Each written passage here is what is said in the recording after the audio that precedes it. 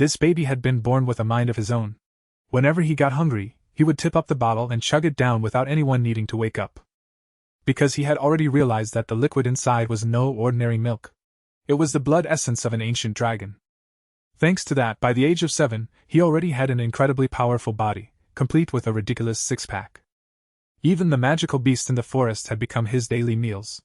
If one ran into him, it would be knocked straight onto the chopping block with a single punch. While other kids his age had to exhaust themselves just to finish basic training, our boy was already in another league, doing one-handed push-ups while carrying a boulder that weighed hundreds of pounds. But those kids had no idea that he was actually the ancestor of the family, accidentally reincarnated into this world to retrain his useless descendants. The story began more than 1,000 years ago. Duy Phat El Dragon was known as the strongest man in the world. Yet after reaching the absolute summit, he still felt empty when he realized how painfully short a human life truly was. Refusing to accept that limit, he set out after an ancient legend. Deep within a sacred land guarded by a divine dragon, a miraculous golden fruit was said to hide the power of immortality. After crossing countless dangers, he defeated the divine dragon and finally saw the legendary fruit with his own eyes. Though his body was battered and his strength nearly gone, he still gave an arrogant smile. With this, I can keep pursuing the peak of power. Then, without hesitation, he swallowed the fruit whole. Decades later, inside a splendid rose-filled mansion, sorrow hung heavily in the air as the life of a legend approached its end. Jiliam, the eldest son of the El Dragon family, knelt beside the sickbed in agony, watching his father die. In his final breaths, Patriarch Duy Phat calmly reminded his sobbing son, "Do not show me such a pathetic face. My time has simply run out." Jiliam sobbed as he gripped his father's thin hand. Without his mother or any warmth in the mansion, the place felt unbearably cold. Seeing his son drown in grief, Duy Phat silently reminded him not to be so weak. He looked into the distance, thinking that the legends of the divine fruit had turned out to be unreliable, but at least he had been lucky enough to have a kind wife and good children. "My beloved children! I, Duy Phat, have lived long enough. I have no regrets left." But just as his consciousness began to fade, another thought erupted inside him. Duy Phat's eyes suddenly flew open. "Do not be ridiculous. Of course I still have regrets." His trembling hands reached up as if trying to seize his own fate, while his heart screamed in frustration. If only he had more time. If only he had more time, he still had not reached the absolute peak of martial arts. Jiliam's desperate cry for his father marked the moment the legendary Duy Phat El Dragon's life came to an end. At least, that was what everyone believed. But in a completely different space, a newborn child suddenly opened his confused eyes. Did I fall asleep?" The boy stared at the ceiling and realized the wallpaper pattern looked very much like the family annex. The strange lightness of his body left him deeply shaken. When he raised his hands before his face, he froze. "Wait, what are these tiny hands?" They were clearly the hands of a newborn. The truth was so shocking that he could hardly believe his eyes. Had he become a baby? After steadying his breathing, Jack began to reason through his situation. For someone who had reached the 10-star level to be dragged into such a bizarre situation without noticing anything, something was definitely abnormal. Lying in the crib, the amber-eyed baby pondered.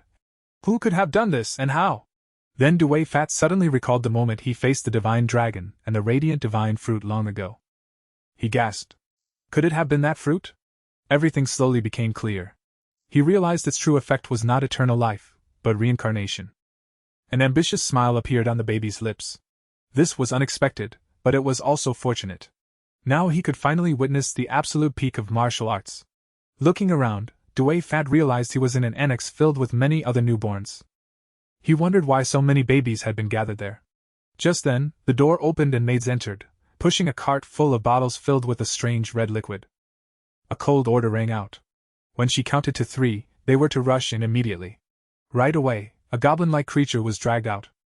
To Duy Phat's astonishment, the maids began forcing the goblin to drink the red liquid from the bottle, splashing it all over him. He was stunned. Why is there a goblin here? What are they trying to do? When a maid suddenly lifted him up and brought the bottle close, Jack realized in horror. What the hell is this? What are you making them drink? Sensing the enormous but dangerous power inside the liquid, Duy Phat tried to spit it out by instinct. But his weak baby body betrayed him, and he accidentally swallowed a little. He realized in shock that this was the blood of an ancient dragon. While the maids calmly believed dilution would keep the children safe, Duy Phat felt as if his body were about to explode from the overwhelming energy. Then a bold idea flashed through his mind. Was this not a once-in-a-thousand-years opportunity? If he absorbed all of this energy, he could surpass his former self and reach the absolute peak of martial arts.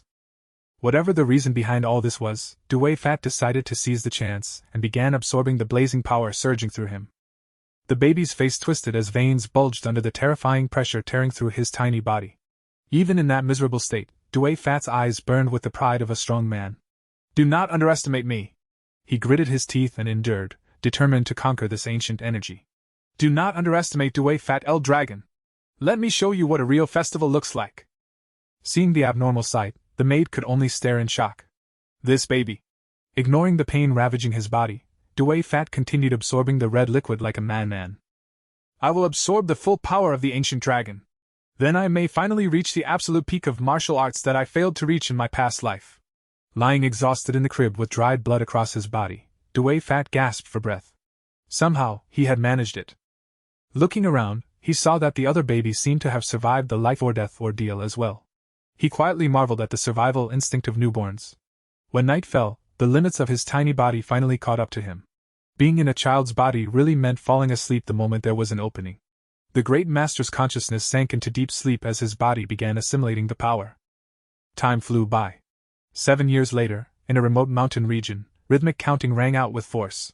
Under the bright sun, a muscular boy was performing extreme training, holding a one-handed handstand while his legs supported a giant boulder. Looking at his own hand, he smiled with confidence. His physique was still wonderfully absurd. The former patriarch of the El Dragon family, Duy Phat, had now officially begun a new journey under the name Jack El Dragon. He clenched his fist and confirmed that it was all thanks to the ancient dragon blood. Every living creature possessed a source of power. The ancient dragon blood that Jack and the other children had been forced to drink was the key to unlocking that endless strength. Any child who consumed it would gain a physique far beyond ordinary people, one way or another. Combined with the power of the divine dragon he had defeated in his past life, Jack was the only child who fully absorbed the essence of the ancient dragon. Even so, he could not hide his disappointment as he looked at his hand. He had only reached 1 star. This was bad. By now, he should have reached at least 4 stars.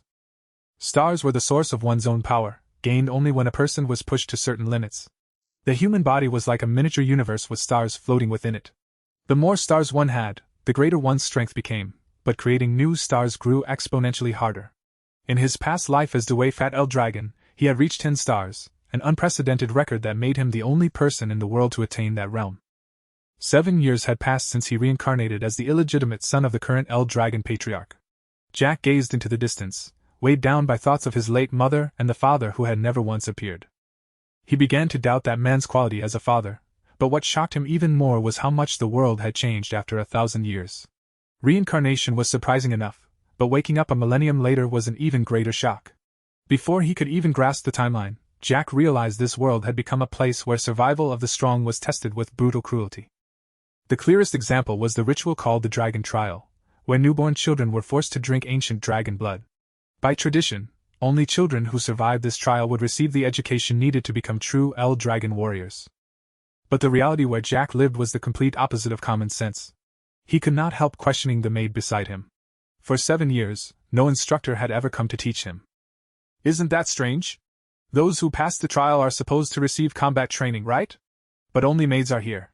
The maid was stunned, but Jack clicked his tongue and let it go. For now, physical training mattered more, and he could teach himself how to fight. Even so, curiosity about the other children and the main family kept gnawing at him. Jack looked straight at the maid, hoping for an explanation, but she only lowered her head and answered coldly. "I am afraid I cannot answer that." Jack pressed. "I am only asking about the family, you know?" But she remained indifferent. "I am afraid I cannot answer." His gaze sharpened. He growled. "Is that all you can say?" Though the pressure coming from the boy was no small thing, she firmly repeated the same answer. Jack sighed in frustration. Was it not a little harsh to treat him like this? The maid bowed and explained that they had only been ordered to take care of his daily needs. Jack observed her quietly and realized she had reached 3 stars, more than enough strength to teach him basic combat skills. Yet she was clearly keeping her distance on purpose. Not wanting to waste more words, Jack turned and left. Fine, he would go into the forest. Living together for 7 years with only the bare minimum of interaction was far too abnormal. Deep in the dense forest, Jack suddenly picked a handful of strange leaves and calmly shoved them into his mouth. His face instantly twisted from the awful bitterness. The poisonous grass was disgusting and not sweet at all. Even so, he told himself this was part of training his body's poison resistance. Jack forced himself to calm down. Patience. He had also clearly felt an anonymous gaze watching him lately. The feeling of being monitored irritated him, and he truly wanted to do something to end the nuisance. Jack stopped and taunted the empty air. Well, I did not expect you to reveal yourselves over something so small. If you have something to say, come out and say it directly. At that moment, an evil purple-black aura suddenly seeped from the bushes ahead. Jack observed carefully. Something was there. Before him appeared a giant wild boar with blazing red eyes and a body wrapped in strange smoke. He was shocked. It was a berserk boar. Seeing the black haze coiling around the monster, Jack realized this had not existed 1,000 years ago, and wondered what kind of power it was. The beast quickly caught an unfamiliar scent and immediately realized an intruder had entered its territory. The monster charged at terrifying speed, but Jack showed no fear. He gave a confident smirk and nimbly dodged its deadly rush. In the next instant, he gathered power into his fist, making his hand glow with a mighty golden energy. With a single punch, Jack blew the berserk boar apart in a flash of blinding light. Looking at the remaining glow on his hand, he quietly assessed it. Even lightly touching something at the same 1-star level could produce this much power. The quality of 1 stars truly mattered. Jack casually hoisted the giant monster's body onto his shoulder and walked off, bored. He was starting to tire of being left alone like this. Maybe he should explore a little. Where should he go? Since the season was so hot, perhaps the beach would be nice.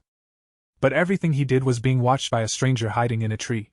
The observer was shocked by the child's power. What was happening here? Without proper training, Jack had used 1-star power and defeated a berserk boar in one strike. More importantly, he had sensed the observer's hidden presence. That child was not normal. The watcher thought of Jack's fate, a child whose mother had died and whose father rejected him, yet because he carried El Dragon blood, he had never escaped the family's control. Even as an illegitimate child, he still belonged to the bloodline. If that was the case, things would become rather interesting later. Meanwhile, Jack returned to the wooden house and immediately noticed the appearance of other strangers. He watched them cautiously. Who were they? 3 were 4-star warriors, and 1 was 5-star. All of them were skilled fighters.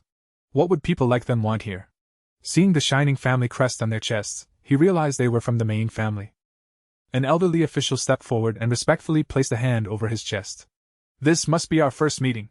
We have come to escort you. You must take part in an examination. Jack froze at the sudden demand and exclaimed, An examination? Anger and absurdity made the boy shout. What? I have to take a test when I have not been taught a single thing? After 7 long years, he unexpectedly returned to the main estate of the El Dragon family. The messengers had escorted him from the distant borderlands by order of the main house. Seeing Jack's messy appearance, the maids immediately stopped him. You need to change. You cannot enter the estate looking like this. Jack blinked. I cannot go in. He understood that this return was not for a luxurious life, but for an entirely different purpose. Over the past 1,000 years, the El Dragon family had founded a specialized academy called the Dragon Cave. Every child born into the family longed to enter that place, receiving home education until the age of 7. Today was the entrance exam. Jack, however, smiled bitterly. He was the one child who had not been properly taught anything. Even without any basic knowledge, he still had no choice but to take the exam. Jack sat on the ground with a gloomy face and complained to himself. He had been dragged back from the border just when he was about to leave. Thinking of all the preparations he had made to run away, now completely wasted, he could only scratch his head in regret. Just then, a gentle-looking blue-haired boy approached with concern. Are you all right? Did something happen? Jack looked up at the stranger and asked coldly. Who are you? The boy scratched his head awkwardly and introduced himself as Ringies from Ogay village. Jack narrowed his eyes and studied him, quietly judging that this timid-looking kid was surprisingly sharp. After introducing himself, Jack honestly admitted that he had no idea what they were planning to make everyone do in this exam. Ringies was stunned. He stammered that the exam content had not changed for years. Jack calmly admitted he did not even know what the test included, leaving Ringies with his mouth hanging open. What? You really do not know anything about the exam? While Ringies was wondering if Jack would be okay, an arrogant-looking boy approached. He was Ron from Oskal village. Without hesitation, he sneered. Hey, weakest Ringies. Why is a weakling like you here? Did you get lost? Go home before you get hurt. Ron continued mocking Rengiz for even thinking he could take the test. You!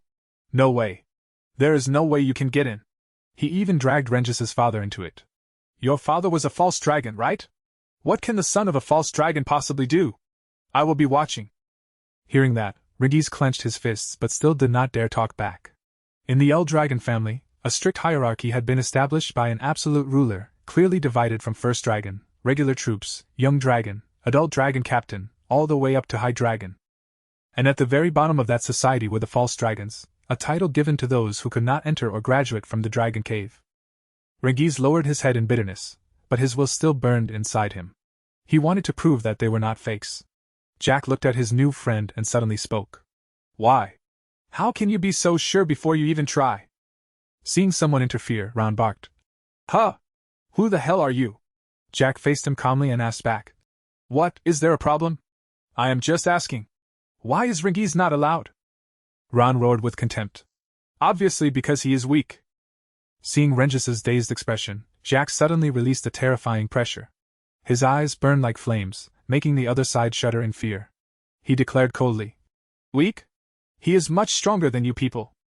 Those words poured oil on the fire, and Ron exploded. Are you saying all of us are weaker than that idiot?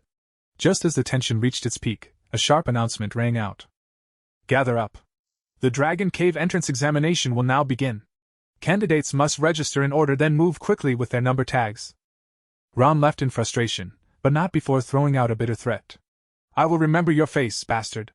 Watching him go, Jack could only sigh, wondering why the youth of this era were so quick to anger. He had completely forgotten that he himself was in the body of a child their age.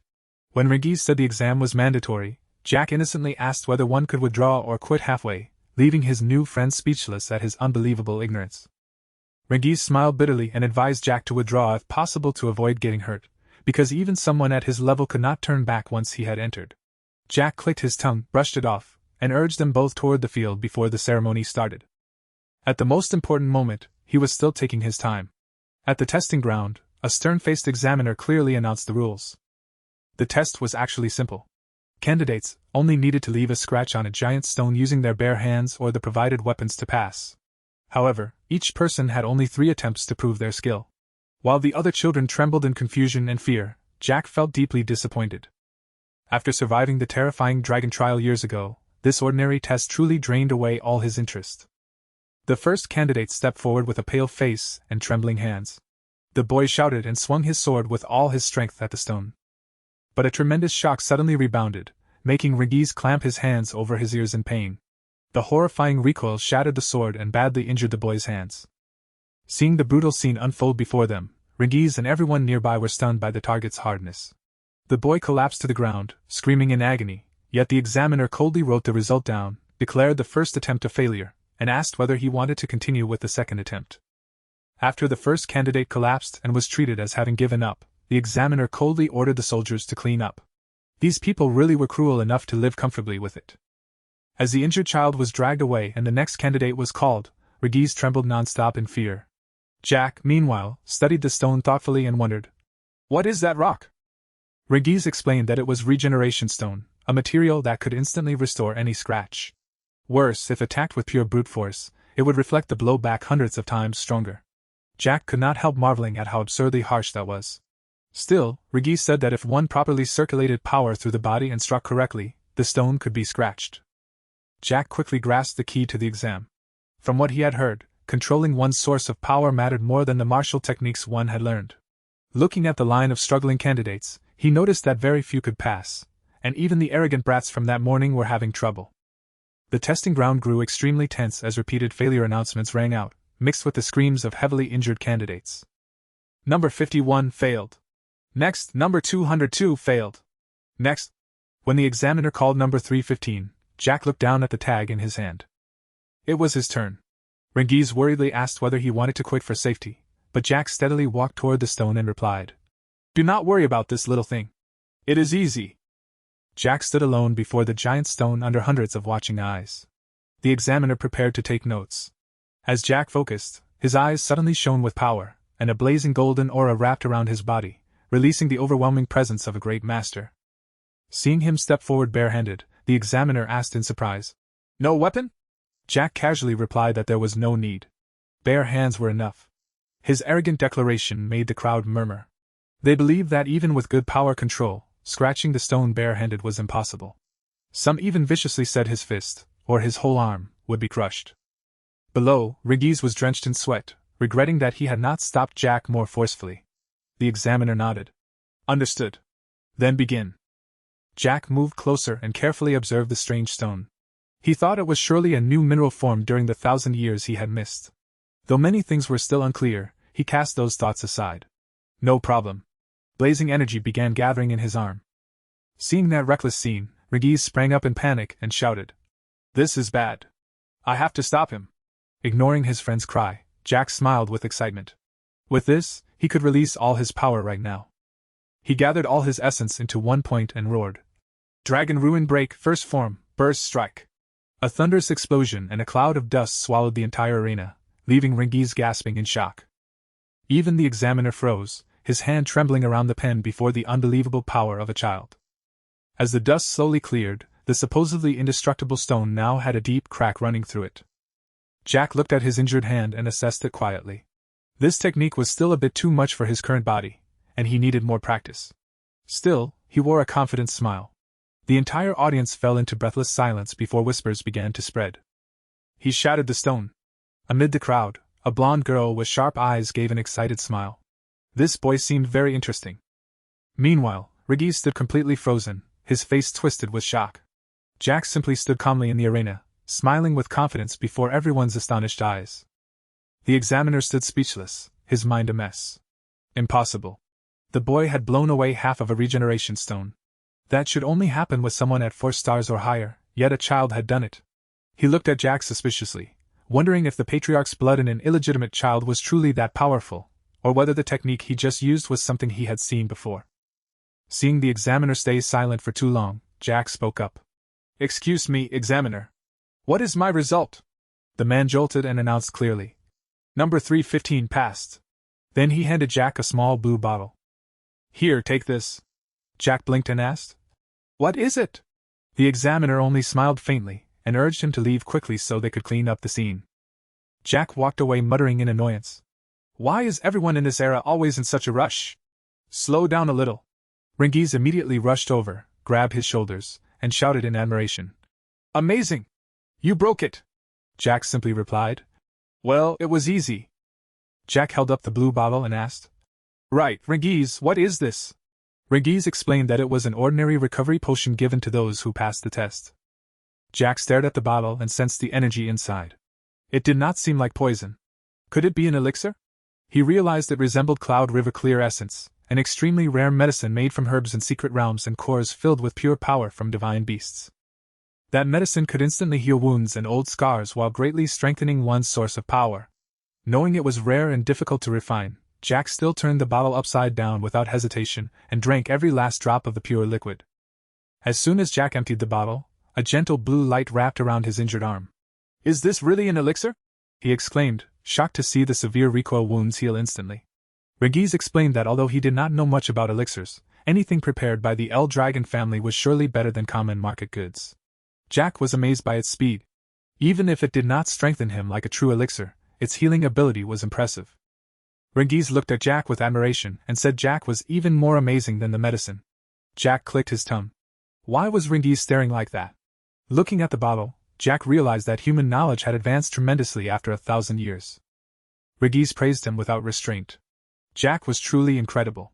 The exam continued, and more passing announcements rang out for candidates 373, 395, and 405. Jack watched and saw that those people passing was exactly as expected. Then the air grew tense when the examiner loudly called number 414. Rengis stepped into the arena trembling. Seeing this, Jack reassured him. "Hey, why are you so nervous? This stuff is simple. Stay calm." Rengis felt miserable hearing that, as if everyone could smash the stone with one punch like Jack. He could only tell himself not to set the standard too high.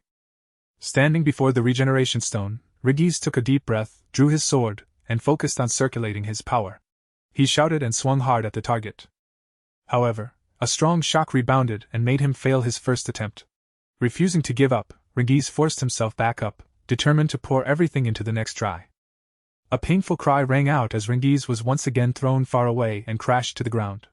Seeing the stones still untouched, he gasped in disbelief. Ran and his followers immediately burst into cruel laughter. Just as expected, the child of a false dragon was still a false dragon. Give up. Ran walked over to Jack with an arrogant smirk. What did you say earlier? Did you not say that Rengis, lying over there, was stronger than us? The crowd laughed and told him to stop talking nonsense, but the examiner coldly looked at Rengis kneeling on the ground and asked, You have one attempt left. Do you want to try again? While Rengis stammered, Jack suddenly walked over and asked, What are you doing? Where is the spear? Why are you holding a sword and shaking like that? Jack's strange question left Rengis confused. What spear? What do you mean? Jack repeated that Rengis was using an unsuitable weapon without any plan. In his current state, no matter how hard Rengis tried, he would never scratch the stone with that sword. Hearing that, Ran and his gang burst into mocking laughter. They said Rengis' father probably did not know how to use a spear, so he taught his useless kid swordsmanship instead. They sneered that changing weapons now would not help. Ignoring the buzzing flies, Jack turned to the examiner and asked whether changing weapons during the test violated any rule. When the answer was no, Jack winked at his friend. You heard him, Rengis. Lucky you. Then Jack's eyes became terrifyingly sharp. So, are you going to leave it like this? As memories of training from long ago surfaced in Rengis' mind, he gritted his teeth, and his will burned fiercely enough to wipe away his fear. No. I will. Rengis decided to bet on Jack's suggestion, and clearly declared he would try using a spear. In his mind, the image of his late father returned with emotion. His father had failed to enter the dragon cave and was mocked as a false dragon, yet he had calmly raised Rengis with love. Standing before the stone, Rengis told himself, The person my father raised is not a fake. Today, I will prove that here. He knew that trying again with the sword would change nothing, so he chose to place his faith in Jack, even though he had never used a spear before. Jack pointed and ordered, Rengis, thrust straight ahead and do not think about anything. Jack urged him again. Just thrust straight. Thrust straight forward. Normally, using a completely unfamiliar weapon like this would be unthinkable. But because his newly met friend believed in him, Rengis made up his mind. I understand. I will try. Since Jack trusted him, he would try trusting himself too. After holding a sword all this time, the flow inside him had never circulated this much. Rengis shouted with determination and poured all his strength into a straight spear thrust. Ran's group was still laughing. Just switching weapons would not let him accomplish anything. But their smiles vanished immediately when Rengis felt the spear become part of his body, releasing a terrifying burst of power that stunned everyone. What? The examiners were shaken by the unprecedented sight. They cried out in amazement.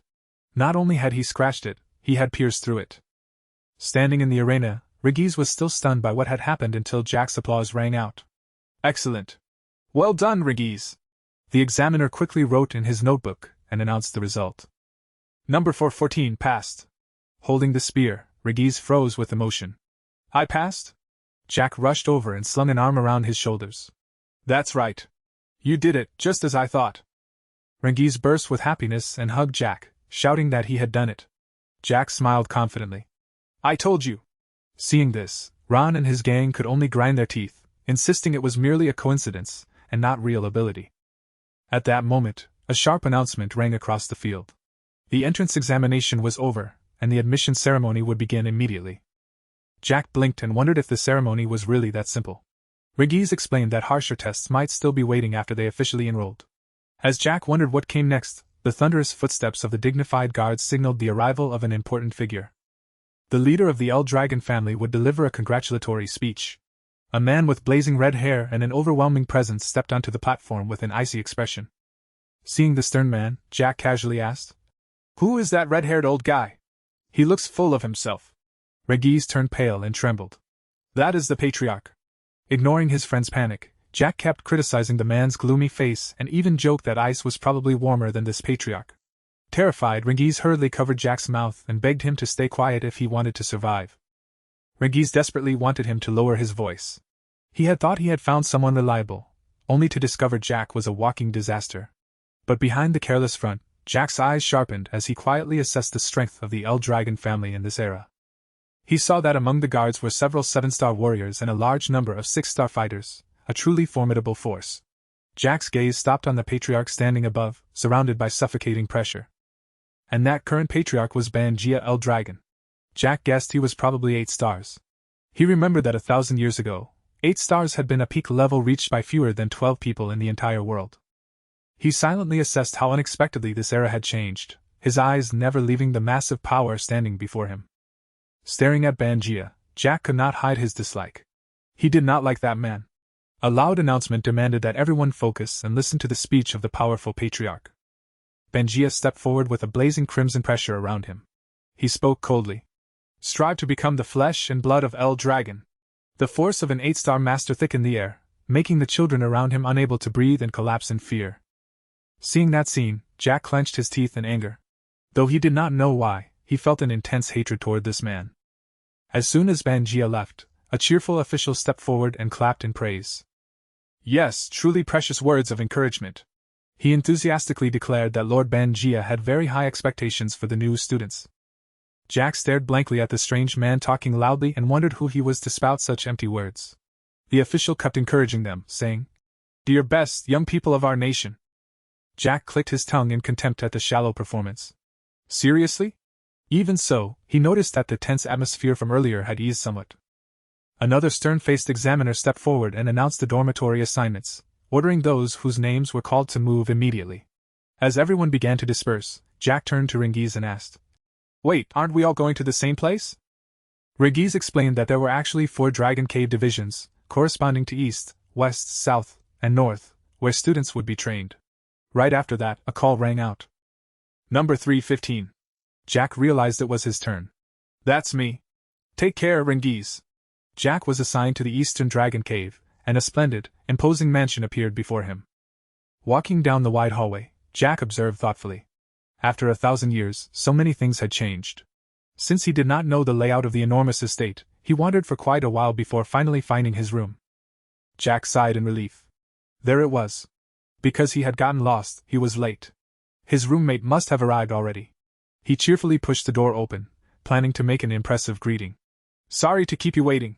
Starting today, we are roommates." But the smile on his face froze. Jack stared at the person inside the room and stammered, "You are?" His roommate was none other than Reincarnates. "It seems we have quite the fate." Reincarnates also sighed in relief and happily replied that he had been afraid he would have to stay alone. This was truly lucky. When night fell, the two sat resting in their room after a long day. Reincarnates reminded him that training would begin tomorrow. Seeing Jack look blank, he worriedly asked, "Are you listening?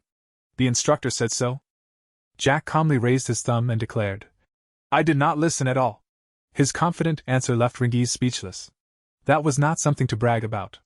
Reincarnates urged Jack to sleep early because tomorrow's training would be exhausting. Jack looked out the window and silently considered his plans. He had originally intended to run away from this boring family and go adventuring, but the interesting things from the exam, like the regeneration stone and that medicine, had changed his mind. To understand what had changed over the past 1,000 years, staying with the El Dragon family a little longer did not sound bad. Before long, a month had passed since enrollment. At the Dragon Cave training ground, the atmosphere was brutally harsh under the supervision of a stern instructor. He shouted, "Listen! The dragon breath I taught you is a magnificent breathing technique created by the 15th patriarch of the El Dragon family." Below, the students strained under extreme physical training, drenched in sweat. They had to use this technique proficiently in every situation. While Reincarnates and the others groaned in pain under the weight of iron blocks, the instructor watched and evaluated the class's progress. He saw that many had mastered dragon breath, and some children were close to reaching 2 stars as energy began leaking outward. Then his gaze landed on Jack, and he froze completely. What was that boy? Before him was an impossible sight. Jack was not only lifting weights, but had increased the difficulty by carrying 3 massive stones as well. What terrified the instructor was that Jack could remain steady under that weight with effortless ease. The instructor could not believe that a child without proper guidance possessed such monstrous strength. Jack silently laughed to himself. He never expected the Dragon King's breath technique he had created to be widely passed down under the name Dragon Breath.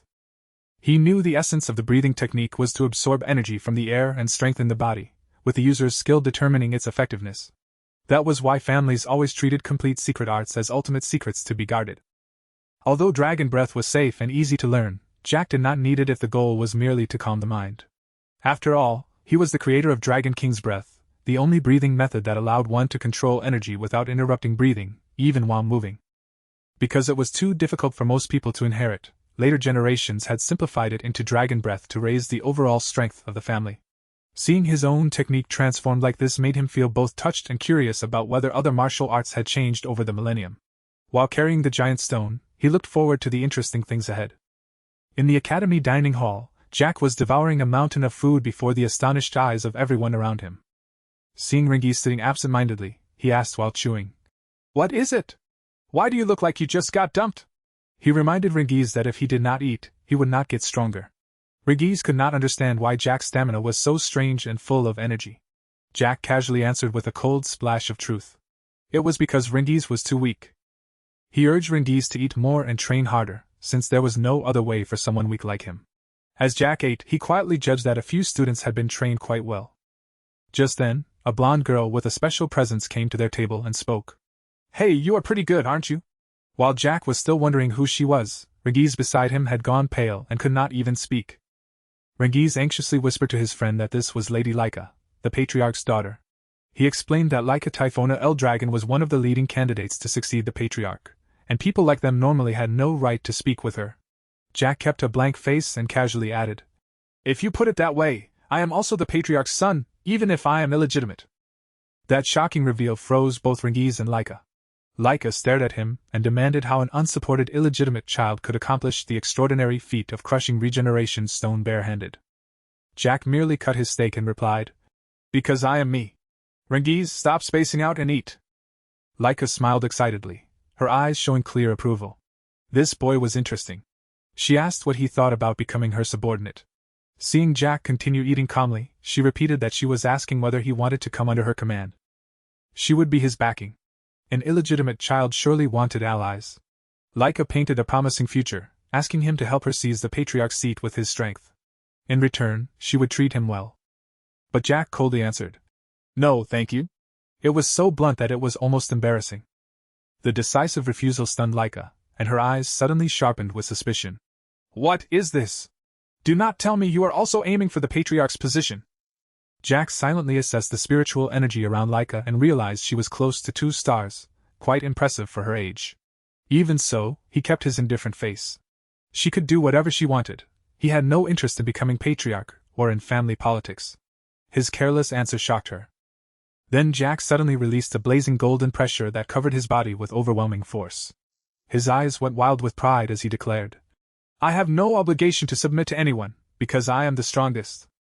The terrifying pressure shook Laika completely. She trembled and stepped back, shocked that she had been overpowered. It took her a moment to regain composure, while Jack calmly returned to his meal and Ringies beside him was too terrified to breathe. Feeling insulted and wanting to recover her pride, Laika shouted angrily, "Then I will force you to submit. Fight me." Jack remained seated with his mouth full of food, staring blankly at the young lady in a rage. News of a duel between a new student and Lady Laika quickly spread through the academy. Curious students rushed toward the training field. No one could believe that an unknown boy dared challenge the genius of the Typhona family. At the broad training ground, Laika was already waiting with fierce momentum while Jack and Ringies arrived under the crowd's suspicious gazes.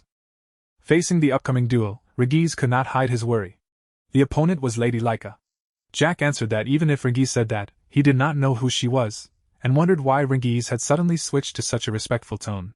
Ringies shouted that Jack was the patriarch's son. He begged Jack to think carefully because Laika was not only Patriarch Banjia's daughter, but also carried the blood of the Typhona family, one of the 4 great pillars of El Dragon. Ringies emphasized that she was a genius who had comprehended the Great Thunder Sword technique at 7, standing alongside Lord Banjia's other outstanding children. Jack remained casual. "Sorry, I only understood that she is the Patriarch's daughter." The answer made Ringies scream in shock. Jack explained that everything here was too new to him, and told his friend not to ask further. Seeing Jack laugh and say that not knowing his opponent only made things more interesting, Ringies grew even more anxious. "Even if Lord Jack is strong, facing Lady Laika is still too disadvantageous. Why did you accept the challenge?" Jack answered, "Because when someone challenges me, I do not back down." Then he noticed that his opponent seemed to have arrived. Laika stepped into the field with an overwhelming presence, gripping her sword hilt with authority. All casual chatter ended as she prepared for the duel. Impatient, she snapped, "Enough noise. Are you done talking so we can fight?" Seeing that she was ready, Jack simply smirked with confidence while Ringies remained worried. The blue-haired boy ran off shouting for him to be careful. Jack calmly replied that his safety depended on the young lady's ability. He curiously asked why Laika was so determined to challenge him. With firm eyes, Laika admitted that her goal was to become patriarch. To achieve that, she needed to subdue him and bring him into her faction. Jack was still confused. What does that have to do with me? Laika was shocked to realize he knew nothing about the family's situation. Perhaps it was because he was an illegitimate child. Jack silently mocked himself for being the ancestor and still knowing nothing. He asked her to explain more directly. Laika explained that there were currently 5 candidates for the next patriarch, including her and Jack. Everyone except Jack had already connected with one of the 4 main branches of the El Dragon family. She stressed that the future patriarch's origin would decide the status of each branch, so competition inside the dragon cave was extremely fierce. To face her siblings, Laika wanted Jack's strength to reinforce her faction. Jack pondered the tangled information and was not sure he understood it all, but then he nodded lightly. I see. Before he could think further, Laika immediately drew her sword and declared that this was exactly why she had to act here and now. I will defeat you. Then she rushed in like a whirlwind. A powerful slash came down, creating a terrifying shockwave that shattered the ground. Laika swung her giant heavy sword and pursued him fiercely. She shouted, Do not even think about running. I will not let you escape me. The spectators were amazed. She was fast, and she handled that enormous heavy sword with ease. Jack dodged while silently evaluating her precise power control and increasing attack speed. He realized this was the fearsome strength of a main family child, and it was only a matter of time before the duel was decided. Jack kept calmly avoiding her blows, frustrating Laika because none of her attacks could land. Seeing it, Regis could only exclaim in admiration. Jack observed Laika's unfamiliar martial art and her speed, which far exceeded the normal 1-star level. Provoked, Laika shouted, Shut your mouth and focus on fighting properly. Jack calmly thought that he was already focused. In the next instant, he closed the distance and struck decisively, landing a powerful punch straight into Laika's stomach and forcing her back in pain. The surrounding crowd erupted in fear and confusion, unable to believe that every attack from Lady Laika had missed. They stared at Jack and wondered who he was. Laika refused to accept it, and demanded why her attacks could not hit when she should be far faster than a 1-star like him. Jack calmly explained that she was indeed faster than any 1-star he had met, but she was still only 1-star. Ignoring her protest that they were both at the same level, he pointed out the simple causes: breathing and muscle tension. By observing those things, one could read most movements, and the rest came from experience. He shrugged casually as the arrogant young lady's confidence collapsed.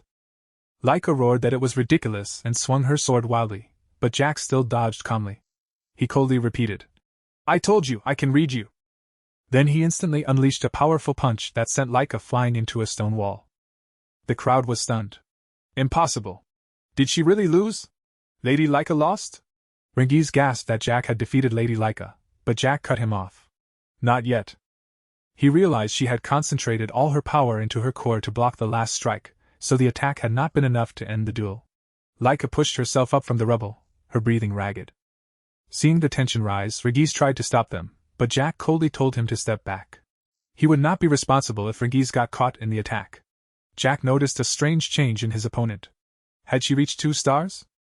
A brilliant white aura wrapped around Laika's body, making the students murmur. That was the mark of 2 stars, a white aura. It was the state of releasing one's power outside the body to use martial techniques, a power called aura. Blood on her face, Laika smiled faintly. Thank you.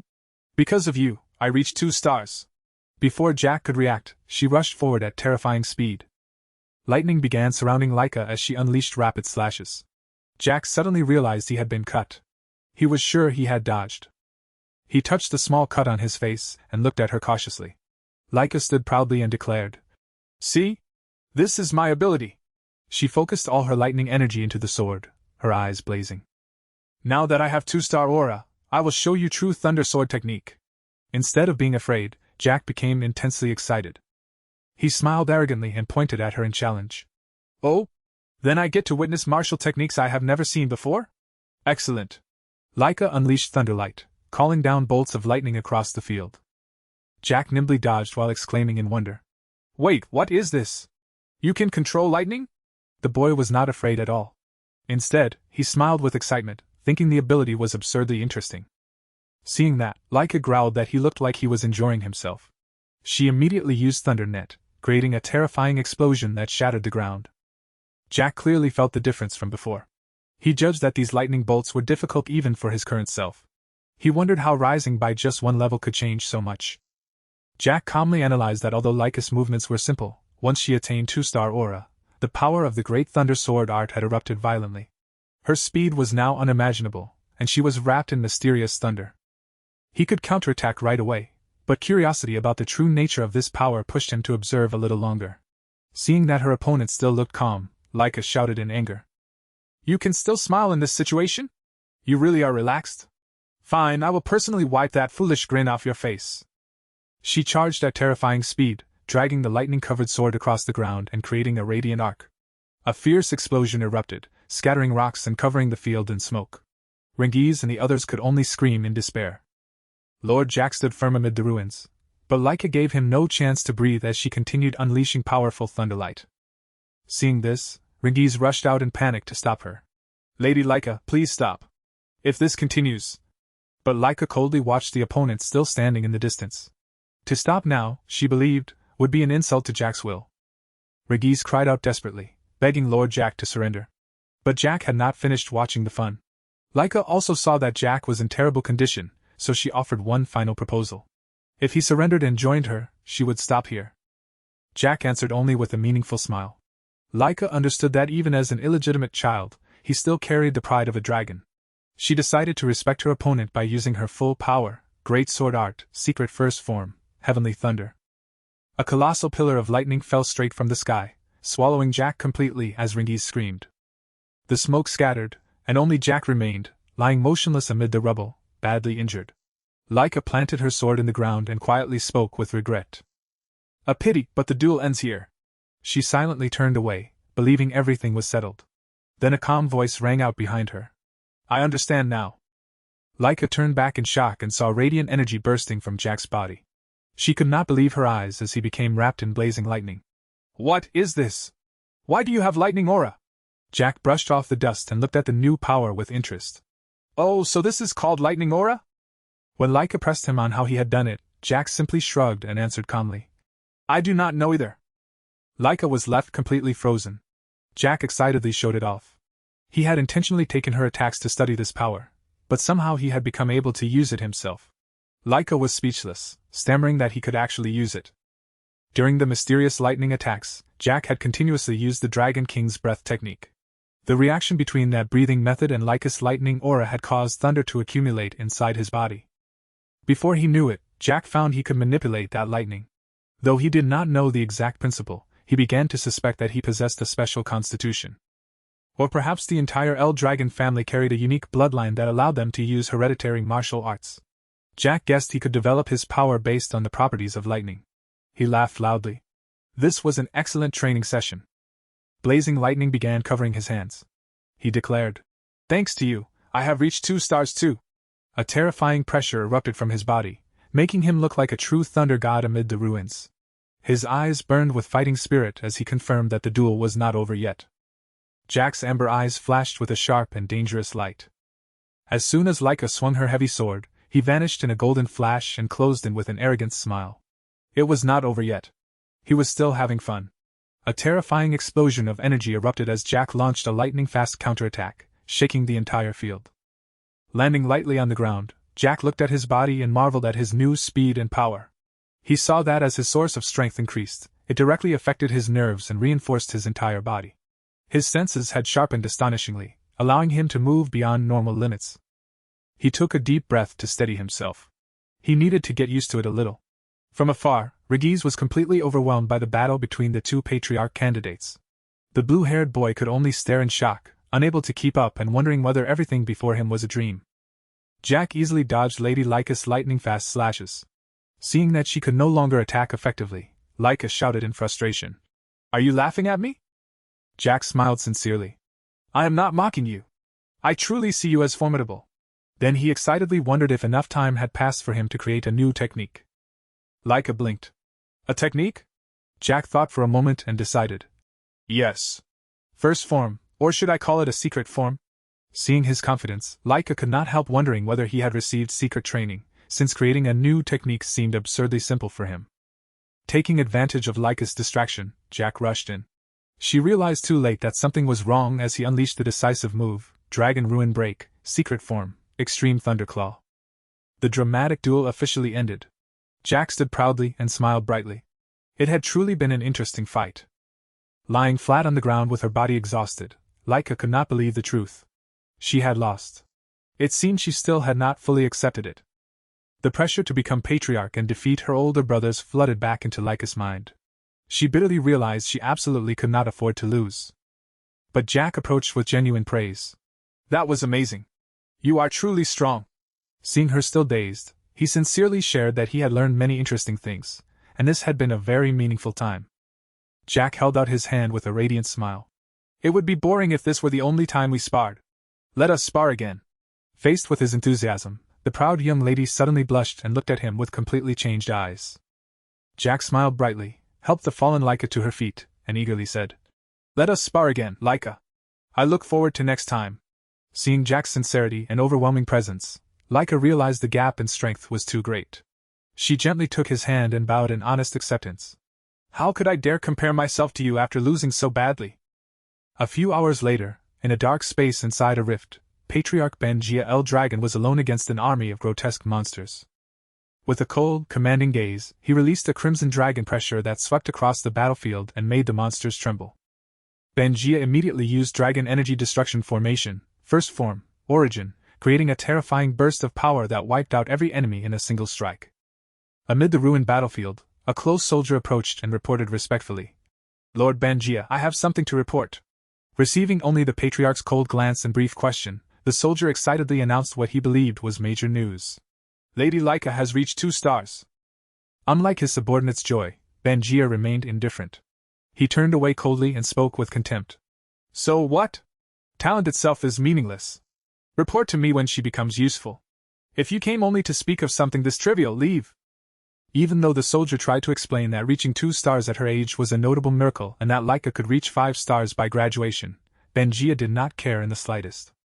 Trembling under his master's pressure, the soldier finally blurted out the truly shocking truth. "But Lady Laika was defeated." Duy raised an eyebrow in suspicion. "What? Did she challenge one of the older children?" The soldier quickly denied it, confirming that the one who defeated her was a child of the same age named Jack. Hearing that name, Duy's eyes sank. He muttered distantly, "Jack, the child of that woman." The image of a thin-backed woman surfaced in the Patriarch's mind. He admitted she had been born with talent for martial arts, but had paid for it with her life. Duy coldly recalled that she died the moment Jack was born. He wondered who had taught the boy enough skill to defeat a 2-star. When he heard that Jack had reached that level by himself without anyone teaching him, Duy made a decisive choice. "I understand.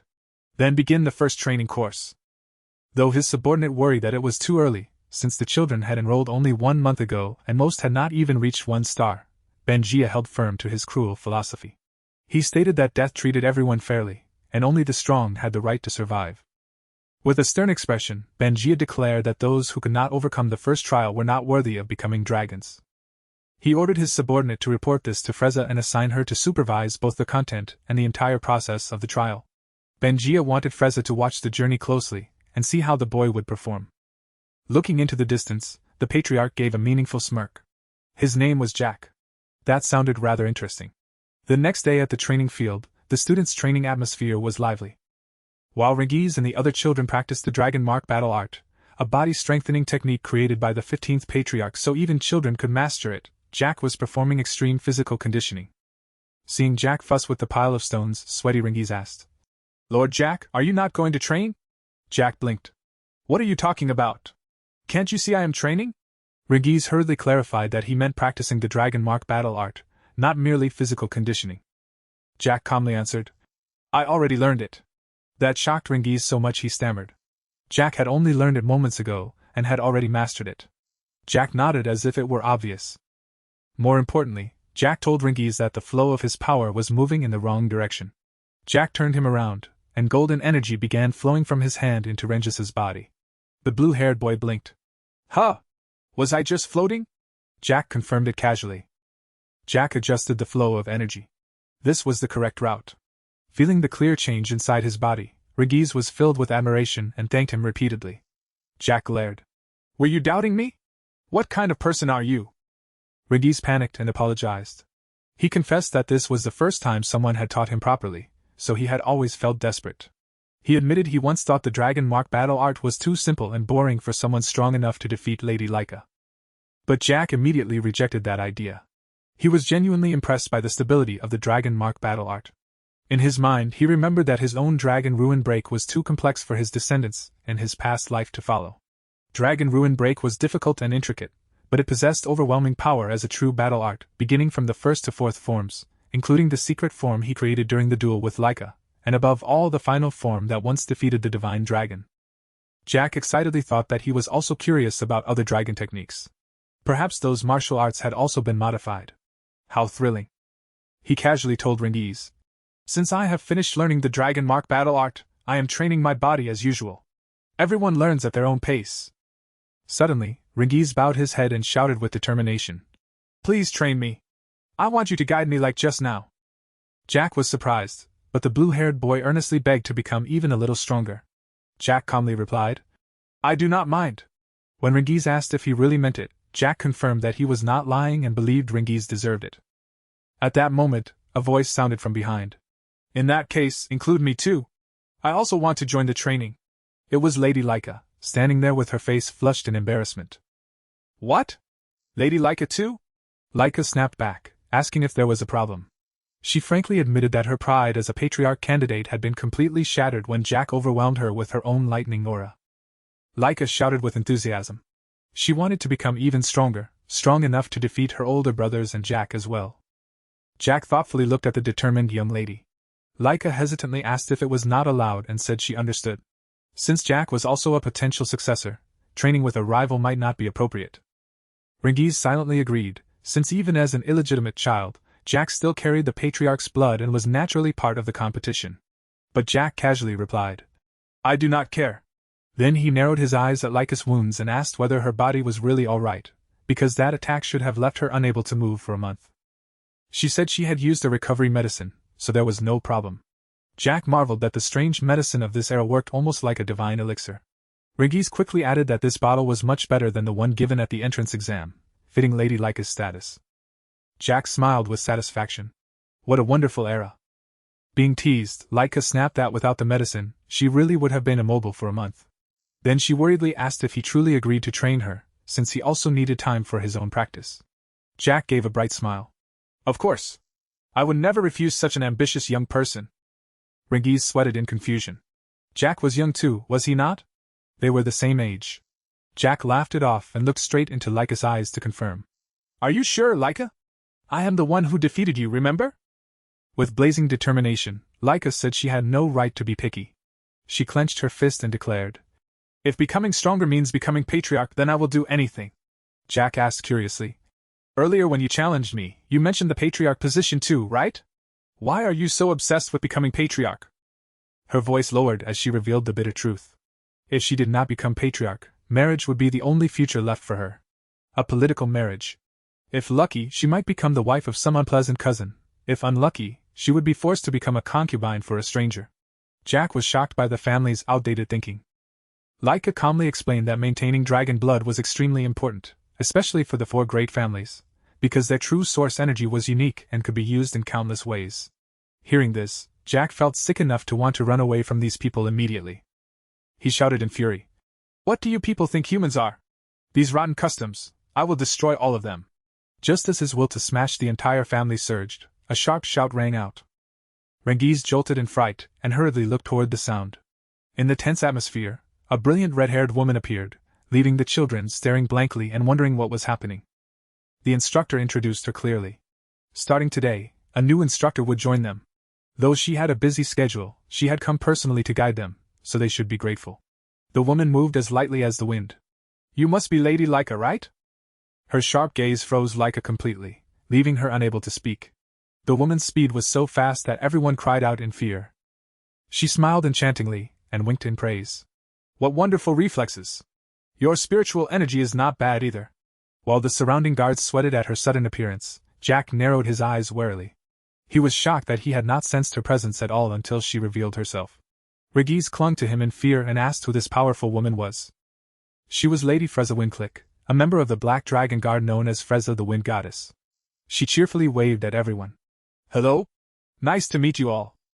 Then her eyes stopped on Jack. "And you must be Jack." Seeing that he remained calm, Freza found it interesting.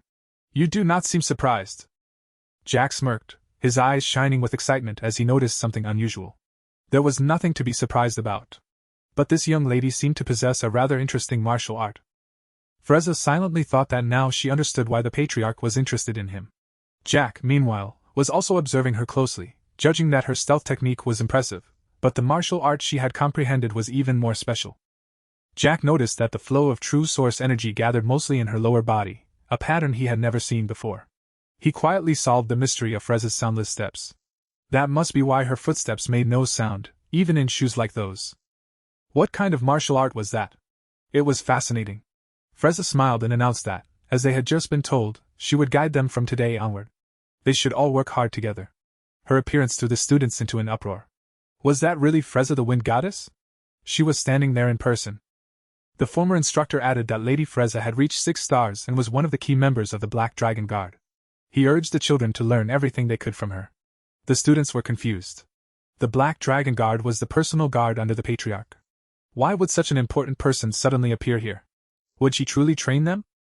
Freza happily confirmed that she would. However, she immediately added a condition: only if they passed her test. The news threw the children into panic. Freza reassured them that the test was easy. She took out a glowing spirit stone and announced the challenge. They only needed to keep the crystal intact and survive in Poison Dragon Mountain for 1 month. Jack thought the name sounded familiar. It was a land full of poisonous creatures, where even touching a normal-looking blade of grass could kill. It was truly a deadly place. In his past life, Jack had trained there, and the memory of how terrifying it was still gave him chills. He worried for these children. Was this not far too early for them? Freza coldly continued the rules. If their crystal broke, or was lost during the trial, they would be eliminated immediately. A trembling student asked what happened if they failed. Freza smiled meaningfully.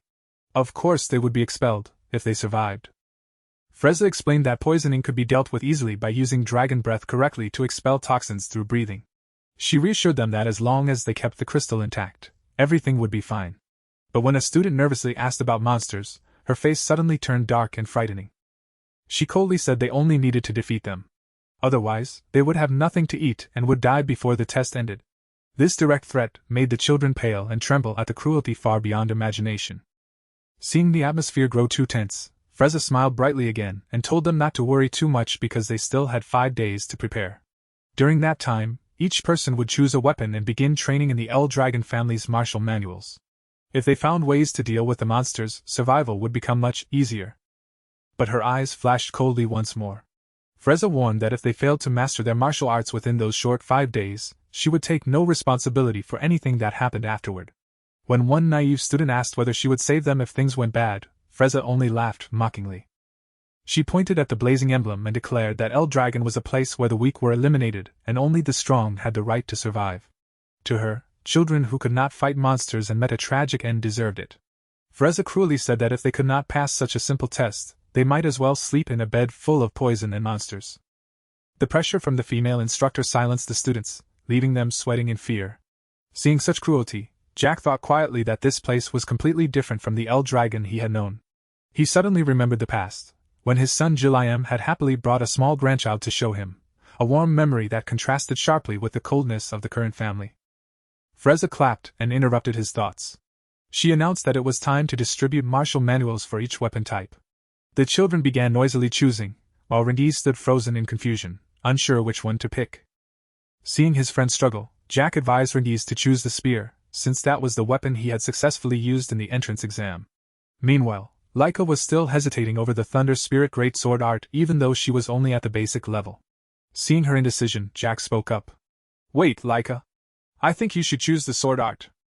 When the young lady asked why, Jack calmly explained that it was exactly what would perfectly cover what she still lacked. Finding his reasoning sound, Laika immediately agreed to choose that manual. Freza looked down from above after the children had received their materials and coldly warned. "For the next 5 days, train as if your lives depend on it. Otherwise, death is your only path." Her smile suddenly turned eerie as she added shocking news. The seniors from the class 10 years above them would also join the trial, with the sole mission of stealing the freshmen's crystals. Those upperclassmen were real warriors, their eyes blazing with killing intent. Frezza waved goodbye, reminding them that although Poison Dragon Mountain was vast, they would definitely be hunted relentlessly, so they should do their best. Rengiz hugged his head and screamed in fear at the thought of facing both monsters and seniors who were all 2 stars or higher.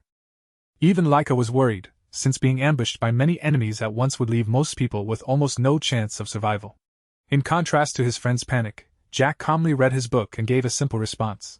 When both of them stared at him, he slowly suggested that if handling things alone seemed difficult, they should form small groups of 2 or 3. Jack analyzed that cooperating to hunt monsters was not forbidden, and the more people they had, the better their efficiency. Laika and Rengiz found the advice reasonable and nodded. Then they asked what Jack intended to do. With a bright face and confident smile, he declared, "Me?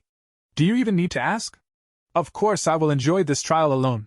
The answer left both friends frozen by his recklessness. Jack laughed and urged everyone to find something to eat before training, making Laika sigh and admit that he was the strangest person she had ever met. The 5 days of preparation quickly passed at the foot of majestic Poison Dragon Mountain, shrouded in mist. The students had gathered in neat uniforms, weapons ready in hand. Frezza appeared looking radiant. She looked over the spirited students and announced, "Everyone is here, right? Then let us begin." Although Jack had suggested forming a team, Rengiz still felt anxious about going with Lady Laika. He hesitated, wondering whether an ordinary commoner with no star level like him would truly be fine standing beside proper nobles. Just then, Celine and Raymond, 2 other promising members of the Eastern Hall, appeared and surprised Rengiz. Celine cheerfully reassured him that they were all the same. Raymond calmly explained that noble or commoner did not matter. He had agreed to join because he recognized everyone's abilities. Hearing that encouragement, Rengiz gripped his spear and resolved to do his best so he would not become a burden. Seeing the group ready, Laika turned to Jack one final time and asked if he really intended to go alone. He calmly answered, "Of course." Witnessing his confidence, Raymond admired him. He had been nervous, but perhaps this was the feeling of royal blood. Laika immediately snapped that he should not lump her together with a weirdo like Jack, because even she was trembling with anxiety. Jack blinked. "You are scared? What is there to worry about?" He believed that with the best students like Laika gathered here, there was nothing to fear. Seeing Jack being overly carefree, Rengiz sighed that there were many reasons to worry. Jack asked back whether even Rengiz thought the others were truly capable. Laika firmly answered that of course they were. From the perspective of a great master, Jack judged that Laika had been wise to gather the most promising students in the class. Their defensive and offensive abilities were excellent, so this test should proceed smoothly. Rengiz could only click his tongue and admit that Lord Jack was as confident as ever. Just then, Frezza appeared with a bright smile. She asked whether everyone was present. Seeing that the students had divided into groups on their own, she praised it as a decent choice for those who had not yet truly mastered martial techniques. Frezza raised the glowing blue crystal and officially announced the start of the test. Their mission was to survive for 1 month in Poison Dragon Mountain while keeping the crystal intact. If the crystal remained in their hands at the end, they would pass. Then came a brutal rule: all crystals were identical, so if they lost theirs, they could simply steal another student's. And that was not all. Once the children found places to hide, the seniors would begin hunting them to seize their crystals. From afar, the upperclassmen smiled with contempt, believing that dealing with freshmen who had not even reached 1 star would be easy. Amid the tense atmosphere, Jack remained thoughtful and quietly observed everything around him. Silent people like that were often the most dangerous. Frezza shouted, "Now that the rules are explained, the test begins." Immediately, the students rushed off like arrows, their footsteps thunderous across the field. Before disappearing into the deep forest, Laika looked back and shouted, "Jack, you must survive." Jack silently watched her leave and replied, "You too." From beginning to end, his attitude stayed as cold as ice. Frezza found it strange and reminded him, "Be careful. Do you not need to go too?"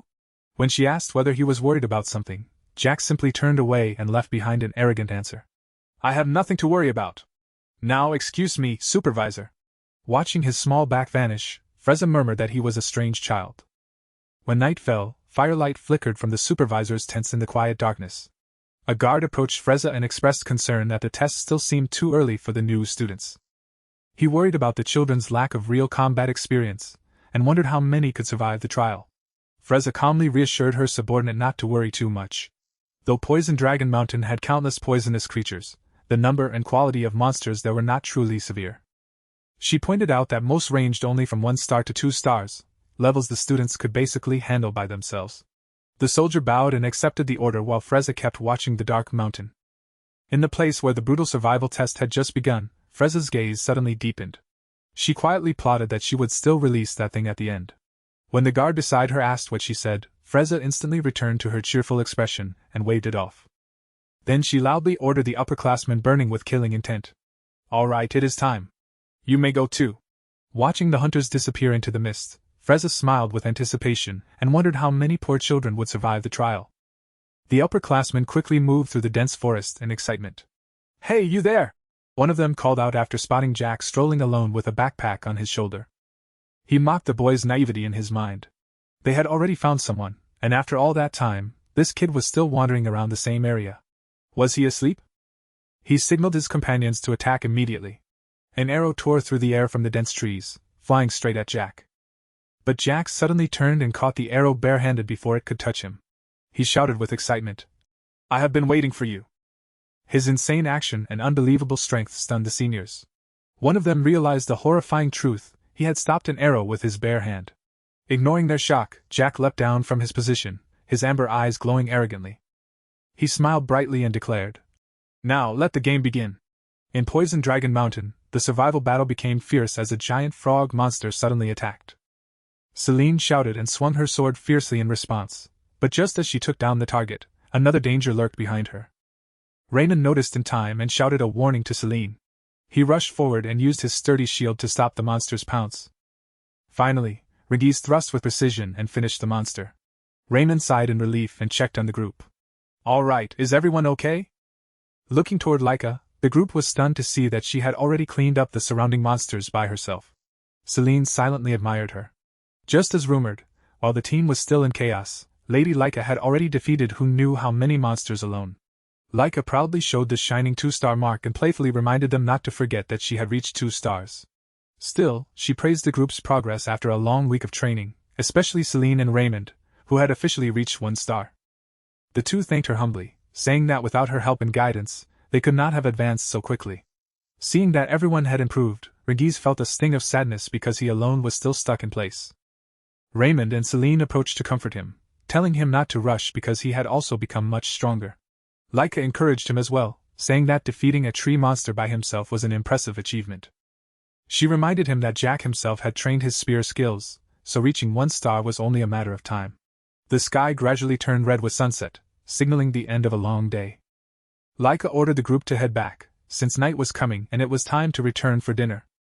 As soon as the team returned to their shelter, they discovered an unknown person already there. Laika's eyes turned sharp. She demanded of the figure in the shadows, "What are you doing at our base?" A dry footstep echoed through the quiet night, making the whole group flinch. From the darkness, an upperclassman walked out with a smug smile. They had finally noticed him. Laika, Rengis, and Raymond were shocked to realize he was a senior student. He belonged to the 10-year class and had come to steal their crystal. The senior calmly admitted it. Proud of being a 2-star expert, he had not expected to find Lady Laika's base so easily. Laika growled fiercely, "Then why not go back? You cannot defeat all of us alone." But the senior only smirked wickedly, his eyes flashing cold. "Who said I came alone?" In the next instant, 3 more upperclassmen, all at 2 stars, revealed themselves and surrounded Laika's group. The leader laughed mockingly. Even Lady Laika would have a hard time if she had to carry 3 deadweights, so they should surrender. He drew his sword and launched a lightning-fast attack. The battle erupted violently. Laika swung her sword and stopped the leader's slash. She shouted to her teammates, "Hold out a little longer until I return." While Laika was held back, Raymond had to use his shield against crushing blows. Celine and Regis were also struggling under the suffocating pressure of the hunters. One senior attacked furiously and shouted, "Come on, hand over the crystal." Seeing his teammates gradually pushed into a corner, Regis panicked, unsure what he could do to escape this desperate situation. Facing the crushing pressure of 4 hunters, Regis suddenly recalled his conversation with Jack. When he had asked how to defeat a stronger opponent without having even reached 1 star, Jack had calmly poured cold water on him and said, "Give up." The brutal answer left Regis stunned. What did he mean? It shocked him to the core. Jack calmly explained that it was obvious. Someone with no stars trying to fight a 3 or 4 star was completely impossible. However, he reassured Regis that if the opponent was only 1 or 2 stars, there was still a way. Seeing his friends worry about the upcoming Poison Dragon Mountain test, where the monsters and seniors were mostly 2 stars, Jack declared firmly that there was still a method. It was nothing new. The only thing he could teach was to exploit openings. He said that even someone without stars like Rengiz could turn the situation around if he found the weakness of a 2-star opponent. When Rengiz asked how to expose an opening, Jack coldly gave him a brutal tactic: take the hits, endure them, and keep enduring until he saw the opponent's flaw. Seeing Rengiz's shock, Jack reminded him that a weaker person had no right to choose a different method when facing the strong. Jack emphasized that it was not about whether Rengiz could endure. He had to endure. Otherwise, defeating the enemy would only be a fantasy. He used a special opponent like Laika, a girl with electric power, as an example to say that with Rengiz's current ability, he could endure against a 2-star. Seeing that his friend was still too insecure, Jack advised him to believe in himself if he wanted to become stronger. His final advice was firm: do not overthink one problem. Rengiz did not need to think about finding openings or different kinds of power. He only had to wait patiently for the enemy to reveal a flaw, then thrust his spear straight into it. Jack pointed and said that was the ultimate secret to defeating a stronger enemy. Back in the present, the senior shouted in frustration. This kid was stubborn as an ox. He kept launching powerful slashes while Rengiz gritted his teeth and endured, telling himself that because he was weaker, he had to take it and wait no matter what. Until the opening appeared. Losing patience, the senior cursed and leapt into the air for a heavy downward strike. He was so angry that his attack had become reckless. At that moment, Rengiz's eyes lit up as he realized the chance had come. He poured all his power into a precise spear thrust that struck the opponent in the stomach before the man could react. In the night, Rengiz stood proudly with a 1-star mark shining on his chest, marking his dramatic breakthrough. On the other side of the battlefield, Laika had just finished her own fight. She noted that things seemed done over there too. Her opponent shouted in despair, unable to understand how there could be such a gap when they were both 2 stars. He was completely overwhelmed by the terrible power of Laika's heavy sword. She understood that because she had studied axe techniques, she had to put more force into the heavy sword, and it was all thanks to Jack's earlier suggestion. You were unlucky to target us. Laika growled as she unleashed the decisive lightning strike. The senior could only cry out no before being completely swallowed by electricity. A radiant explosion of energy announced the end of the battle as the attacker collapsed unconscious. Laika quickly sheathed her sword and turned back to ask whether everyone was all right. Seeing them safe, she smiled in relief and declared, "We won." The whole group burst into joy. Cheers echoed through the forest as they overcame a life-or-death trial. Laika congratulated Rengiz on his dramatic breakthrough to 1 star. The blue-haired boy blushed with emotion and thanked Celine and Raymond for always believing in him and fighting beside him. Looking at the sword in her hand, Laika felt satisfied that everyone had now reached a star and could stand firmly against opponents of the same rank. Yet in the middle of their victory, she could not help wondering about one person. I wonder how Jack is doing. While Laika's group was temporarily safe, elsewhere in Poison Dragon Mountain, a true nightmare was unfolding. An upperclassman was running wildly, his face twisted with terror. He cried as he ran, screaming for it not to come closer. Tears and sweat streamed down his face as he realized he was being chased by something far beyond his understanding. Through the dark night mist, a horrifying scene appeared, students lying motionless all around, and at the center of a blazing blue aura stood a lone figure radiating terrifying pressure. Anyone who saw it could only ask what kind of monster that was. The upperclassmen fled in total panic, their faces twisted with fear. They screamed for him not to come near. Standing in the blazing blue aura, Jack smiled eerily as they trembled and called him a monster. What is this? Why will no one play with me anymore? That is lonely. The great master's arrogant laughter echoed through the darkness, making anyone who heard it shudder. The hunter's arrogance had completely collapsed as they faced the cruel truth. That boy was insane. Why was a freshman hunting the seniors? Were they not supposed to be the hunters? Amid the chaos, one unlucky senior tripped and got his leg trapped in the roots. He gasped, then froze when he saw Jack slowly approach with blood-red eyes full of killing intent. Jack reached out and declared coldly, "This is getting pointless. I am tired of this boring chase. Stand up already. Come fight me for fun." His amber eyes flashed sharply, and the senior only managed one terrified scream before fainting from fear. Jack sighed in disappointment at the defeated students lying everywhere. He muttered, "Seriously, why are you all so timid and gutless? Weren't you so eager to fight at first?" Looking at the backs of those fleeing, he shouted, "Do not leave me alone." Then Jack suddenly paused, his gaze turning meaningfully toward the dark bushes. Right, perhaps they should observe more carefully. If they kept watching like that, then his direction probably was not a problem. He smiled with interest and vanished into the night. Then he would continue playing freely. At that moment, a small sound from behind made the person hiding there gasp in shock. Behind the bushes, a monitoring soldier was drenched in sweat. What was this? Jack could sense his presence after discovering the seniors. That was impressive. He had to report this. The soldier quickly withdrew to the base to meet Frezza. Seeing her subordinate return, Frezza calmly ordered him to report. The soldier respectfully answered that after 1 week since the test began, about 30% of the 7-year-old class had been eliminated. However, the remaining students were gradually adapting, and he believed the number would not drop much from here. Frezza studied the map and asked for more. When she asked about the upperclassmen, the soldier hesitated, his face confused. The upperclassmen were running away. Frezza asked in surprise. Running away? The seniors? There should not be any monsters in Poison Dragon Mountain that could make them flee. The soldier trembled and revealed the shocking truth. It was Jack. He was actively attacking the upperclassmen. At first, the upperclassmen had tried to resist, but now all of them were fleeing in chaos. The monitoring soldiers were stunned by this absurd situation. Who exactly was Jack? He had even started enthusiastically sending each senior off one by one. It was unbelievably strange. One soldier silently judged that even as the patriarch's son, Jack was an abnormal case far beyond every rule. He had surpassed the concept of an ordinary genius and was more like a real monster. Frezza observed thoughtfully. She also found him very strange. He had intentionally chosen to act alone and then appeared unexpectedly like that. Perhaps from the very beginning, he had not been the prey, but the hunter. Suddenly, a heavy thud and the clanking of chains rang out, making the soldiers tense. Frezza grew excited. Had it arrived already? She had been waiting. A muscular man carrying a huge chained iron cage on his shoulder approached and asked Lady Frezza where he should place it. Frezza casually ordered him to set it down there. The soldiers cried out in alarm when they realized the danger. Was she planning to release this into Poison Dragon Mountain? They were terrified because the creature inside had reached 3 stars, something the children could not possibly handle. Frezza smiled and reassured them that everything had been specially adjusted. This monster would only attack those who had reached 2 stars. Ordinary children would not be greatly affected by it. When the guard asked why she would do something so dangerous, she coldly revealed that it was an order from the patriarch. The information shocked him completely. From the patriarch? Looking at the wooden cage trembling with savage red eyes inside, Frezza wondered how Jack would handle this. She knew Jack was strong enough that even experienced fighters called him a monster, so she was curious whether he could deal with this thing.